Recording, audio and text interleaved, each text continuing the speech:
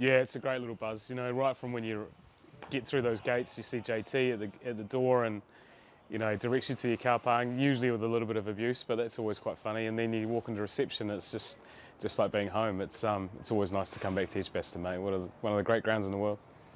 Does it feel like 3 years ago when you left?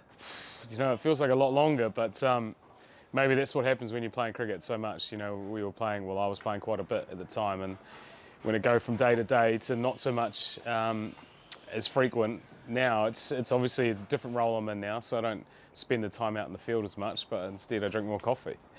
When you was a player, you're obviously engrossed in what goes on around you. When you take a step away and you move on to new pastures, do you look back at your time fondly? Do you have recollections of certain things? Of course, like I had a great time here. I mean, I was so lucky to come to a club like this, to spend all my time here, 12 years, 11 seasons, have all the fun, all the stories, win all the trophies, lose games, win games, but also the friendships we've created. And you know, I think me and my family are really appreciative of what's happened over the last decade, but also the friends that we've created. And now we've moved back here. You know, we now live in Harborne, and you know, it's a big change from New Zealand, but we're happy where we are. Some familiar faces within the group, I presume you still see? Oh, 100%. You know, always see Hannah Dolby on the street or playing golf with them, and Sam Hain.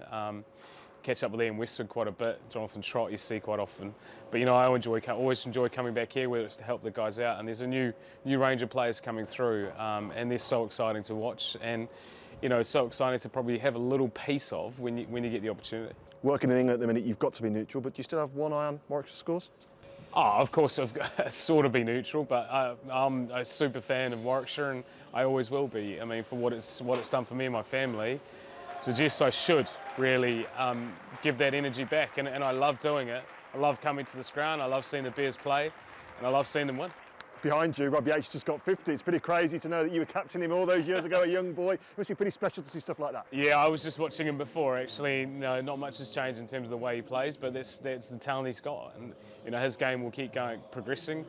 He was exciting on the Aussie tour a couple of years ago, and I think there's going to be another opportunity for him eventually.